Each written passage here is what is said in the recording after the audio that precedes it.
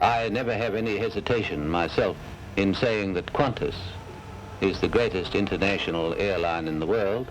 There may be others that are bigger, but in my humble opinion, there are none quite so good. For 100 years, Qantas has been part of the national fabric.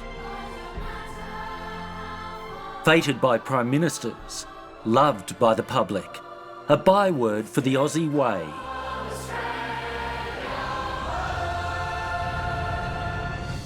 Now it's in damage control. On behalf of the national carrier, I want to apologise.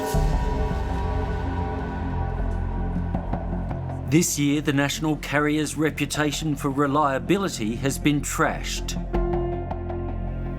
It's not just bags being lost, it's flights being cancelled. I've basically told everyone I know, if you can, fly with Virgin. Staff are demoralised and disillusioned. It's a divide and conquer culture which the airline has put into play. It makes me angry because I see our airline running down.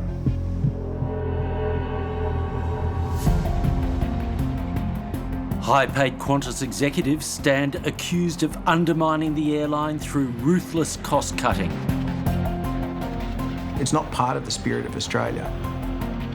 This is a corporate dictatorship. This is how the company behaves. If you're not paying workers properly, then how can you expect to get the kind of standard that Australians have got used to from Qantas? In this Four Corners report, we're bringing you the inside story about what's happening at Qantas, told through the voices of people who've spent years working there.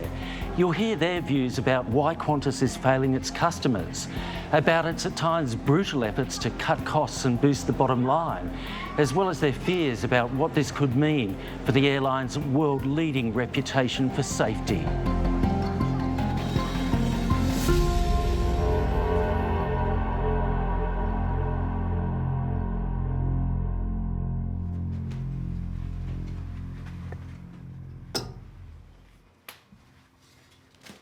On the 17th of June, Alana Gore was in a hotel packing for a Qantas flight home to Brisbane after a special day.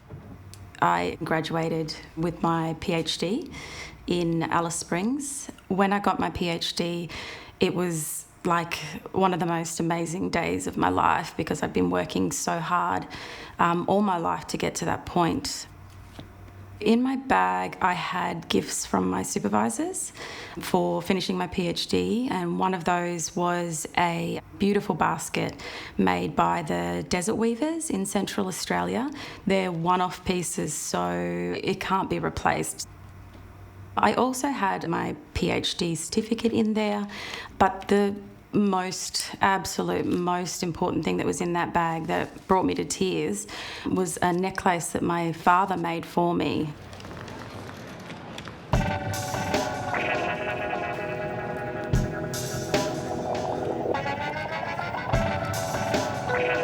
On arrival, she went to the baggage carousel and waited and waited.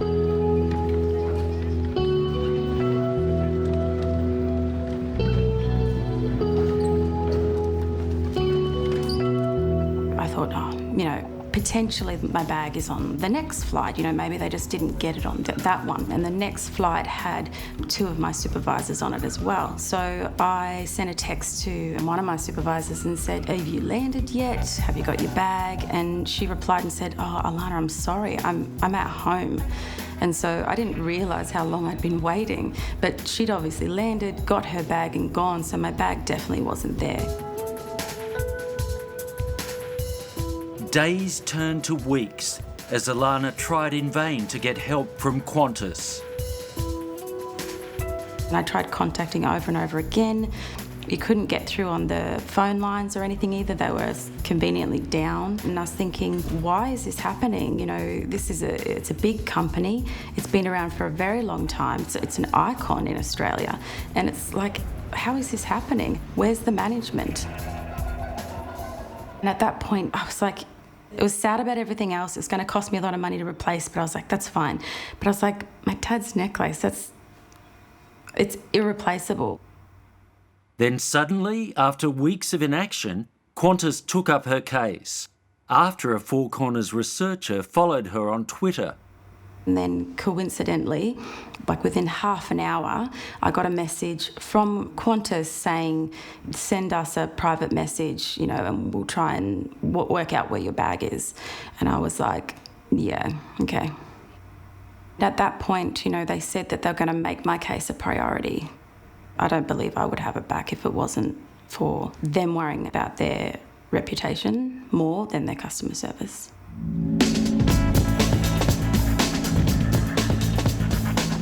It's one of thousands of stories like this. Bags lost, flights cancelled, flights delayed in record numbers, at a premium airline charging premium prices. Qantas blames the problems on labour shortages and COVID illness across aviation. We're also seeing that passengers are rusty in travelling as well. I think our customers are not match fit. This is nobody's fault. It's not our staff's fault. It's not the airport's fault. It's not the airline's fault. It's just dealing with this aftermath of coming out of COVID. But Qantas will not accept that part of the problem stems from a deliberate corporate strategy to outsource jobs and cut costs. It is gut-wrenching. It is gut-wrenching to see the company that we loved end up like this. My name's Don Dixon. I was a loading supervisor at Qantas Domestic Ramp for 20 years. That job entails to ensure that the planes are loaded safely with not only baggage, but cargo, dangerous goods, and that everything's located and locked down securely in accordance to the regulations. I had to sign the aircraft off. If I didn't sign the aircraft off, it didn't go. Don Dixon started at Qantas in different times. It was extremely difficult to get into Qantas because it was a career. When I first went for the application, there was thousands of people going for, I think, about 10 or 12 positions. So it was very hard to get in there, and you had to jump through a lot of hoops, different phases of interviewing. But once you got in, you became part of the Qantas family, and it was a career.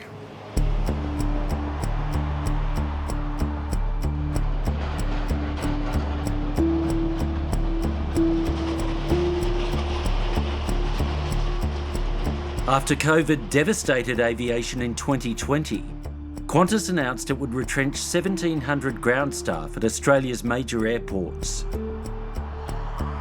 It outsourced the work to contractors, anticipating savings of $100 million a year.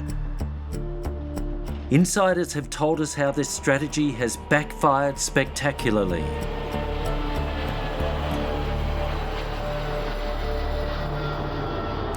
From workers loading the bags to pilots flying the planes, we talk to dozens of employees about what's going on and what's going wrong. The difficulty that current staff face is they can be sacked for speaking out, so we disguised their identities to protect them.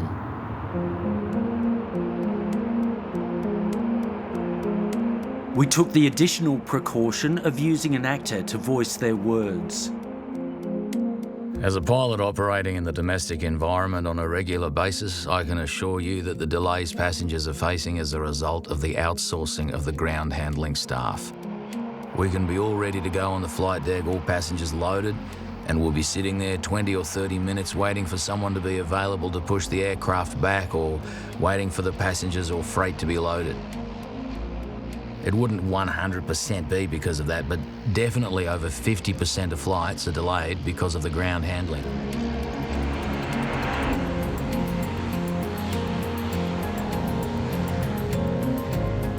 Anybody that thinks the outsource of the in-house ground handling is not a problem is delusional.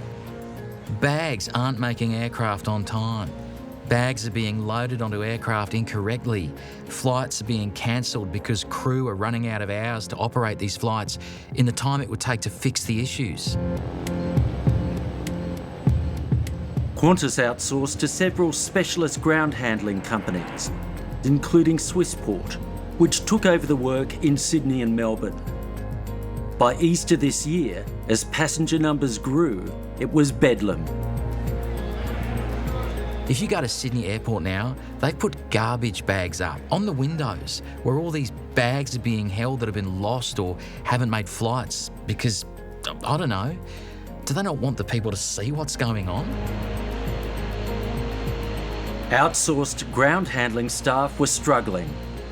We're expected to do basically the tasks that the Qantas ground services did, but with a lot less numbers and experience. And as a result, we have a very high turnover rate that makes the already bad situation even worse. We can't build enough experienced people doing the job more efficiently and safely, and so we do jobs more slowly and more haphazardly as people just don't know. They're still learning on the job. This is not how planes should be loaded. That's terrible. The profile needs to be closer into the loader. Loading bags and cargo correctly is critical to safety, and according to insiders, Qantas has been perilously close to error. One instance I'm aware of, the ground handlers, they loaded the aircraft incorrectly. So what should have gone in the front went in the back, what went in the back should have gone in the front. It's all things to do with weight, these sorts of things. There's a certain way aircrafts have to be loaded down below. And it was only realised it was done the wrong way just before the cargo hold was supposed to be closed. According to Qantas, the error being picked up by a supervisor before the aircraft left shows a safety system that's working. It claims there's been a lower rate of incidents than when the work was done in-house. Ready for lift-off? Let's go.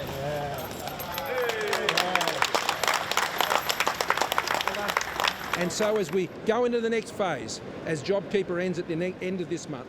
The Morrison government gave a special wage subsidy to airlines after it scrapped JobKeeper. But it excluded the ground handling companies Qantas had outsourced to, and workers abandoned the industry in their thousands. It left a skills shortage, causing chaos when passenger numbers climbed.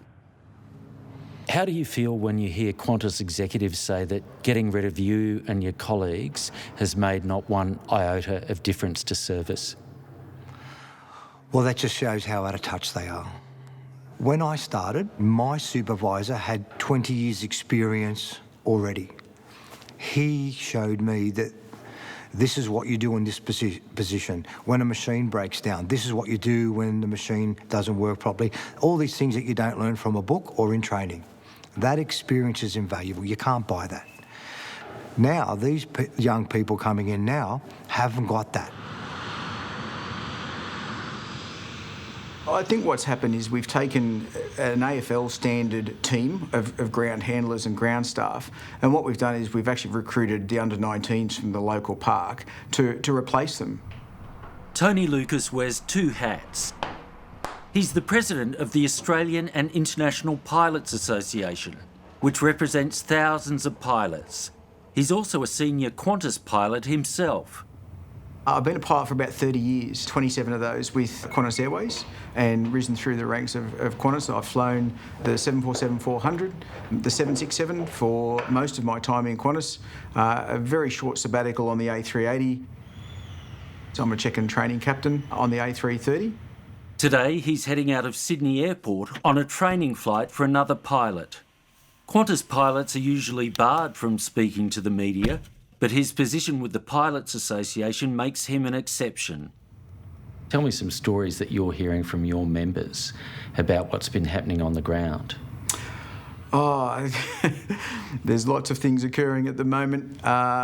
There's aircraft that are being told they're departing without any passenger baggage. There's baggage that's not loaded off flights. So we've had crew that have been ready to depart, all the passengers loaded for the subsequent flight, and the baggage hasn't been unloaded from the previous flight. And then pilots being told that they need to depart because we need to get the passengers to their destination. So now we've got two sets of passengers that don't have their bags. I've been ready to depart and had all the passengers on board, and you check with the engineer on the headset and ask how the cargo loading's going, and his response is, "What cargo loading? There's no one here." Qantas has an enviable safety record. The company is adamant that is not at risk. but Qantas staff have concerns. All the disruptions that we're getting, none of them in and of themselves are anything different to what we deal with on a day-to-day basis. What we're seeing at the moment is we're seeing them occur multiple times in the day. We're seeing them occur across multiple weeks. And ultimately, that's where things start to increase in operational complexity. That any one of those things on their own isn't a big deal to deal with, but when you start adding them up all together across multiple flights, that starts to become a concern. For safety. For safety.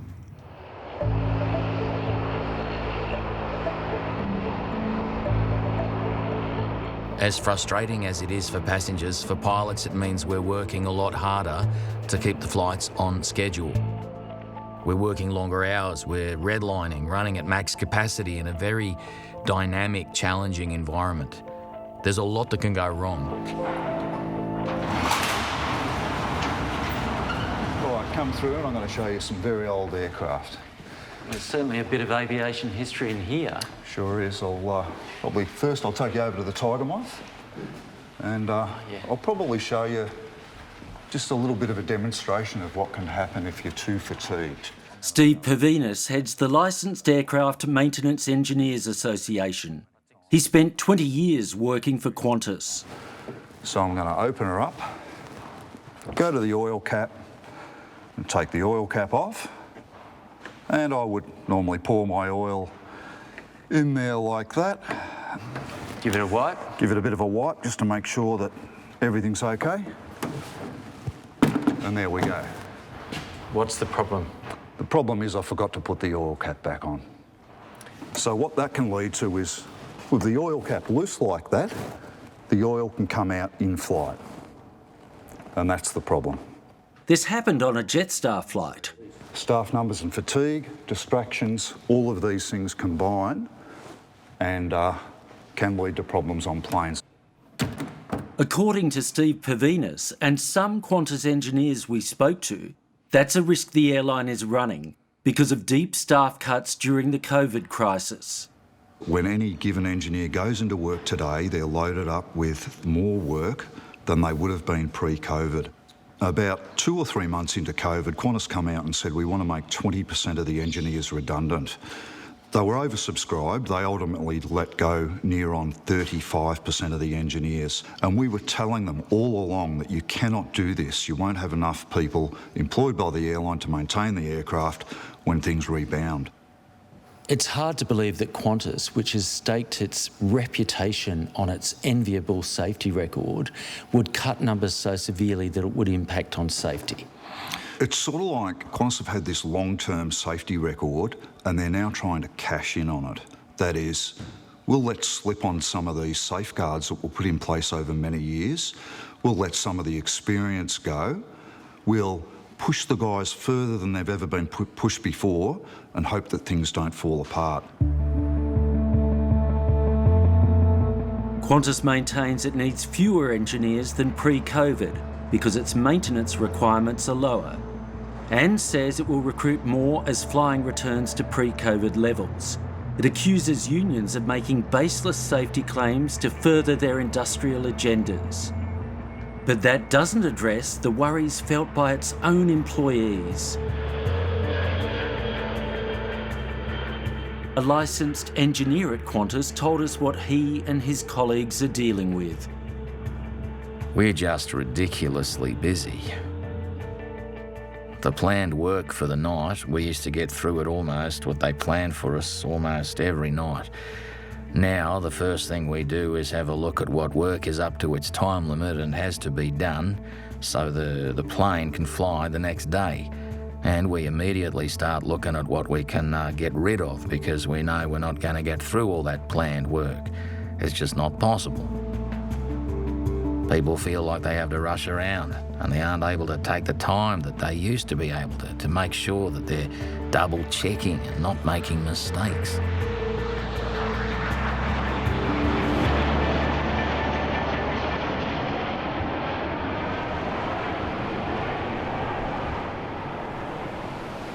Ian Burton lives at Kurnell on the southern fringe of Sydney's Botany Bay. Under the flight path, and across the water from the airport where he used to be employed. I worked in fleet presentation at Qantas out Sydney International Airport and just presented the aircraft, so when the people came on board, they'd say, wow. We'd clean the seats, pockets, lavatories, the cockpit. Ian was among the 1,700 workers who lost their jobs when Qantas outsourced ground handling. I was absolutely disgusted. We're on JobKeeper. We thought we'd have a job to go back to.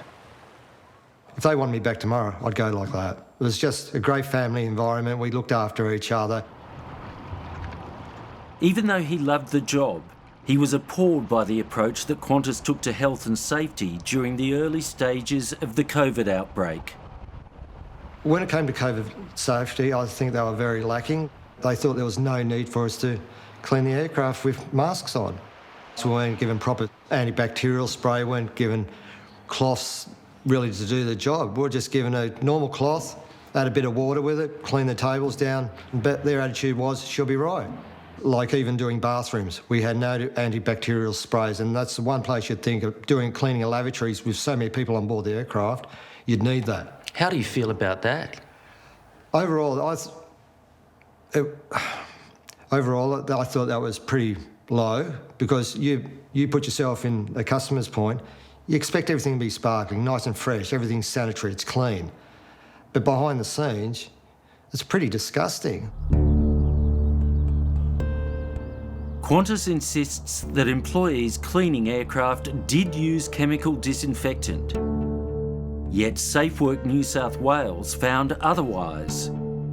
It slapped an improvement notice on Qantas after inspecting a plane, which might have transported passengers with COVID-19, where workers were required to handle wet and used tissues, used face masks, soiled nappies, and occasionally had to clean vomit and blood off surfaces without mandated personal protective equipment. The inspector also saw Qantas staff wiping over multiple tray tables with the same wet cloth with no disinfectant. Qantas employees in customer-facing roles have told us that early in the pandemic, wearing masks was discouraged by managers. In the beginning, Qantas were not wanting our crew to wear masks or gloves, and the feedback was, especially in our business class area, that it would scare our passengers, or it wouldn't be something that the passengers wanted to see, and we found that quite disturbing. March, April, May of 2020, when we were all in lockdown, COVID was running rife, we were told not to do it. It wasn't a good look. It would scare the customers. Qantas maintains that from February 2020, it made masks available to any crew who wanted them, and notes it acted ahead of government mandates and health recommendations.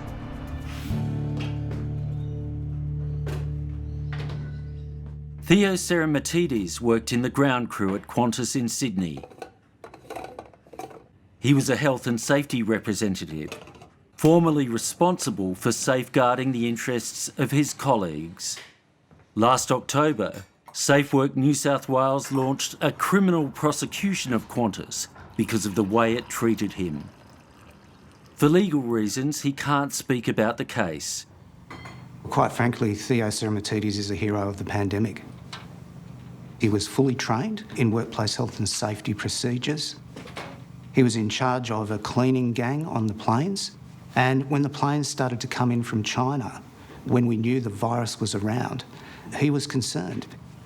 He wrote to the company, he wrote to management and set out his concerns, asking management what they were doing to address the risk that the virus presented.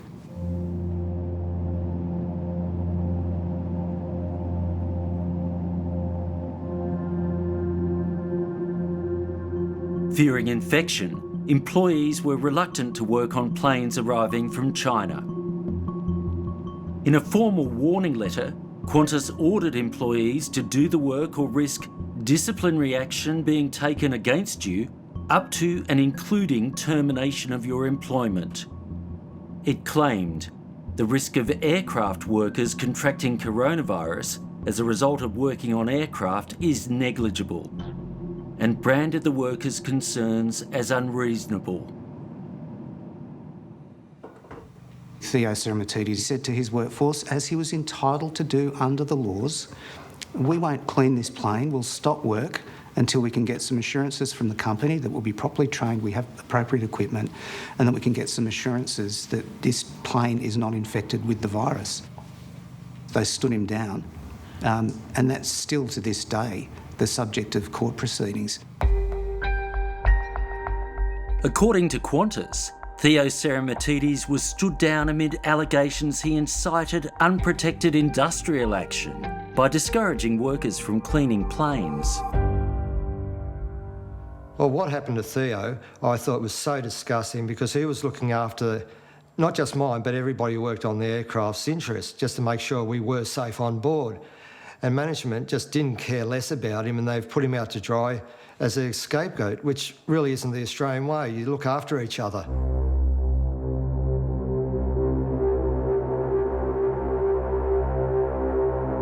COVID was a disaster for aviation. Right now, all airlines are in the middle of the biggest crisis our industry has ever faced. And the impact will be felt for a long time. Particularly, I'm sorry to say, the impact on our people.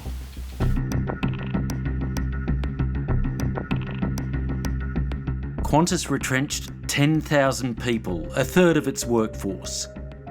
It argues it had no choice, that without deep cuts, it would have gone broke. But COVID was also an opportunity.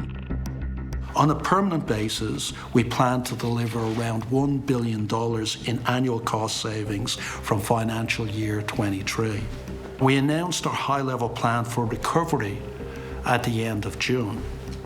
Over 3 years, it will save us $15 billion. That is achieved by hard decisions like job losses and ongoing stand-downs of our people. The quest to cut costs at Qantas is nothing new. Since it was privatised 30 years ago, it's had to compete against airlines with lower labour costs. And management has crafted tough and creative ways to bring down the wages bill. Its strategies go to the heart of a debate about where the balance lies between fairness and a company's right to boost the bottom line.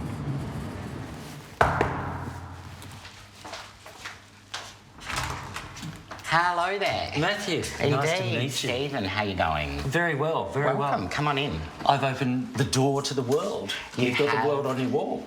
You have indeed. This is my little reminder. I was never great at geography, so putting this here reminds me of the world that I've managed to see. And how long did you work for Qantas? So I was with the Qantas group of companies for just shy of 16 years. So my entire time there flying as cabin crew, I never worked for the company proper. So I managed to work for wholly owned subsidiaries or labour hire firms during my time, but I always flew under the Qantas tail.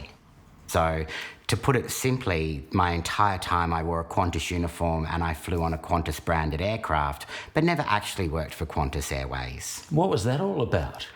This is how the company moves forward now. So by creating these wholly owned subsidiaries and small silo companies, as they do that, they manage to water down the pay and conditions each time to slowly erode the high value of pay and conditions that once existed in the legacy part of the airline. So this is my little coffee table of memories. Did you join the Qantas? Matthew Alsop was hired by a new Qantas subsidiary, Qantas Cabin Crew Australia, in advance of the launch of the Qantas A380s. That's my 10-year service pin. He worked alongside staff employed by other Qantas subsidiaries in different countries on entirely different pay. I spent 8.5 years on the A380 aircraft, so probably my favourite aircraft I ever worked on. I was part of the startup crew for that within the airline, but on that aircraft on any given day, you would have crew employed under 4 different contracts. So we had a wholly owned New Zealand-based subsidiary, the UK-based subsidiary, and then you had your 2 Australian subsidiaries. And when you equated their hourly rates and conditions, one legacy crew, for example, would get you 2 Kiwis, 3 UKs or 2 Qantas cabin crew Australias. So all 4 of those working together side by side, pushing carts, handing out meals on one plane. George Orwell summed it up perfectly in his quote that all animals are created equal, but some animals are more equal than others. And that was our working environment on board that aircraft every day.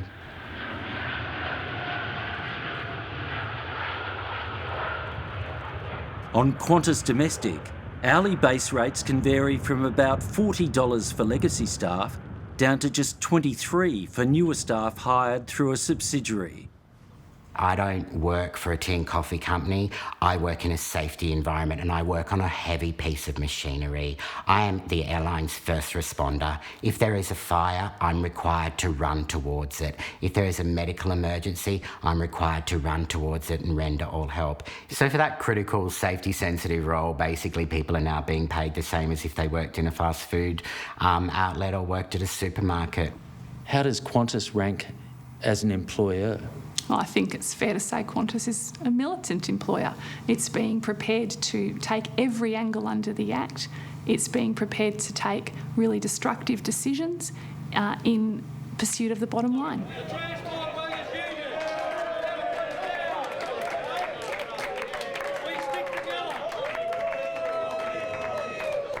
that come to work with us should be getting the same rate of pay that we get. In 2011, Qantas took one of the most militant industrial actions the country has ever seen.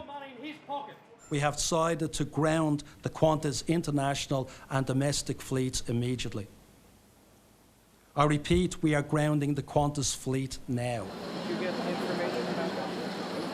The extraordinary move left tens of thousands of passengers stranded worldwide. It was a response to protracted union campaigns for new agreements with job security clauses. The TWU was offered an exceptional deal, but is sticking to its completely unrealistic claim that would prevent us from the sensible use of contractors. Qantas scored a decisive win. To stem the economic harm, Fair Work intervened and threw out the union demands. Qantas inflicted massive damage on its own brand, on consumers and on the economy in order to engineer an outcome, and what it wanted was ultimately to be able to outsource its ground handling and other operations. More profits for the boss, that's all he's interested in. It was totally unnecessary. I believe it could have been a negotiated settlement. He doesn't want a flying kangaroo. Not only did it cause massive anxiety to Qantas families, but it broke the trust between Qantas pilots and the company, and I don't think it's ever been recovered.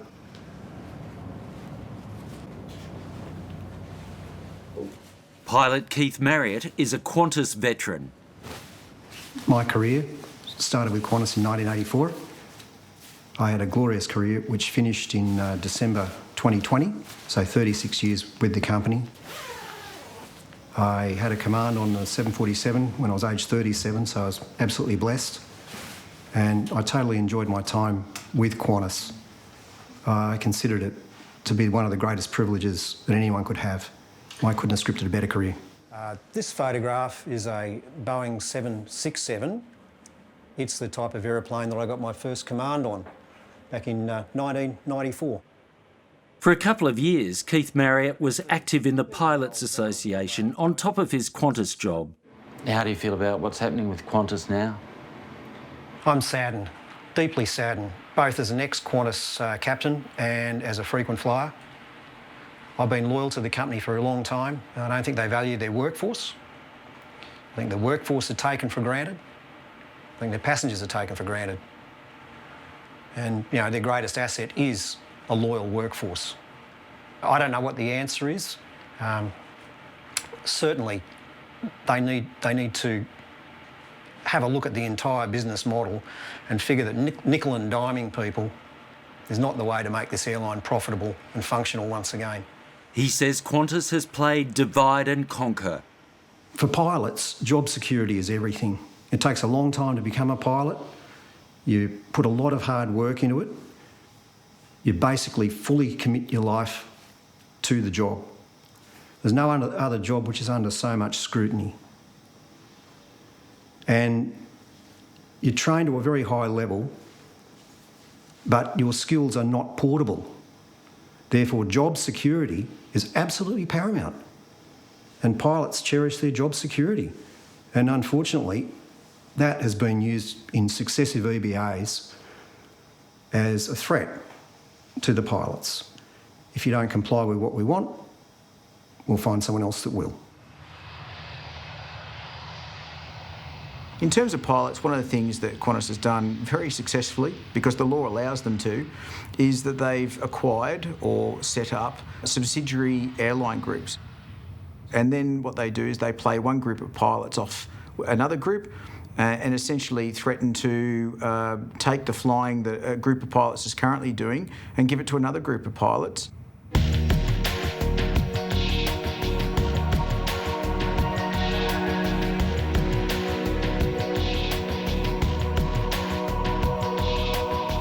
Qantas is soaring to new heights, on track to launch the world's longest non-stop commercial flight. While journalists did puff pieces on Qantas's plans for ultra-long-haul flights on new planes, we joined the flight at Heathrow as guests of the airline. They missed the industrial relations backstory.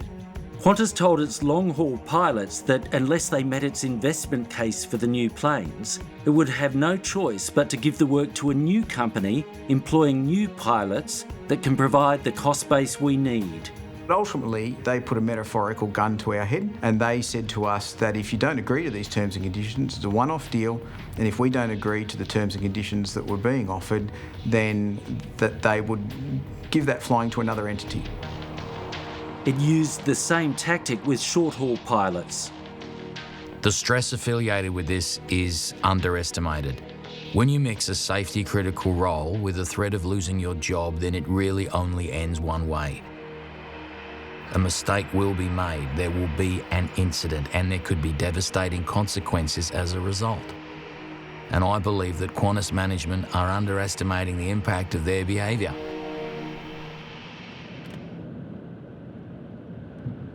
Qantas ground handler Don Dixon is heading from southwestern Sydney to a pub not far from the airport. He's meeting up there with some of his old workmates. It's great to catch up, you know. We have a bit of a laugh about the old times and some of the things that happen. For many years, Don was the chief union delegate for the workers Qantas retrenched. Now, sometimes, he's more like a lifeline counsellor. How many calls do you get? I could get sometimes 20 a day. Wow, wow.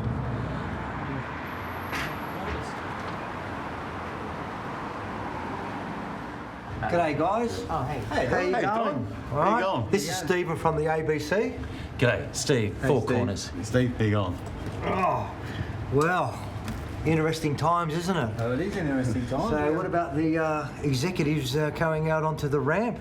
On the day of the gathering, news had broken that Qantas wanted at least 100 managers to volunteer to work as baggage handlers in a desperate bid to stem the flight delays and cancellations. To think an executive's going to be on his knees for, you know, an hour in a turn, you know, lifting 32 kilo bags, a whole full, I'm not talking about one bag, I'm talking about 150 bags and freight. Were you slightly amused when you saw that they were going to get managers to do the jobs that you used to do? I was just shocked that they were going to use managers and executives to do it. It's not an easy thing to learn overnight. It takes months to learn how to load an aircraft. Last year, the federal court ruled that Qantas unlawfully terminated these workers and their 1,700 colleagues. It found that Qantas seized on a vanishing window of opportunity to retrench the workers when they were stood down during COVID and before they gained the right to take lawful industrial action. I've got a family that I need to support. I'm dealing with other issues at the moment. But it was a hollow victory. With the work already outsourced, they didn't get their jobs back. Well, the court ultimately said, too hard to unscramble the egg, and even if we did, if we reinstated these workers, Qantas has made it clear, and we accept, that they would simply sack the workers again. 25th of August this year, and it's a big day for Alan Joyce, the release of the annual financial results. He's fronting the media. It's fair to say this has been an extremely challenging time for the Qantas Group, for our people, and unfortunately for our customers. Delayed flights. Unsurprisingly, Qantas posted a big loss, but the boss is upbeat. Our demand is at record levels at the moment. We're actually seeing huge demand in leisure, in business. We're winning corporate accounts. We're not losing out. After some fairly tame questions from journalists, we put to him a core issue raised by this report. Mr. Joyce, is it fair to have people working side by side, doing the same job, employed by different companies on entirely different rates of pay, all wearing the Qantas uniform? Well, Stephen, that's a thing that's done. That's a thing that's done around the industry, and there's a lot of other companies do the exact same thing on it. What we've had to do over the years is become efficient to be able to compete in a very competitive market. I would say that the Australian domestic market is the most competitive in the world. We've seen airlines like Virgin, like Bonza, like Rex, come into the market and start up from scratch. And a national carrier, to survive, has to have adapted to it. Is it fair? It's a necessity for us to keep our business going. The Qantas strategy is now under threat. There is a new federal government elected on a mandate of same job, same pay. How are you anticipating that will affect your business model? So same job, same pay. We're obviously, like everybody, talking to the government about it. But can I ask, so how do you define that? So somebody flying a Dash 8, should they get the same pay as somebody flying an A380? Because it's the same job, it's a pilot. What about cabin crew working side by side, employed by different entities, some within the Qantas group? Stephen, I'd ask you to respect that we're here to talk about the results.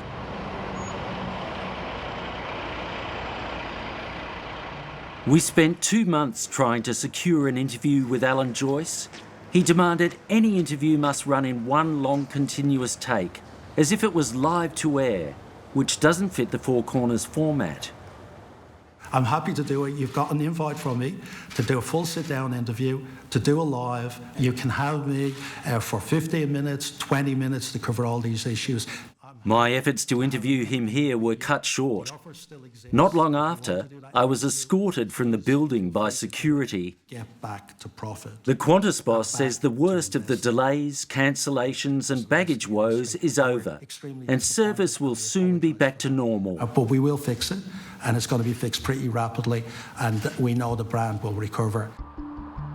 Rebuilding trust with the public and its workforce might take longer. The cuts that have come from the decisions of management have been incredibly, incredibly deep. And I feel like it's possibly too deep, which is now impacting upon the customer experience. We always used to love working for Qantas, and now it just makes us feel like, we're disposable and almost like the company hates us. I feel like the staff have been beaten down. Especially the staff that we deal with on a day-to-day basis around aeroplanes, ground staff, check-in staff. They've been beaten down. They're not the same.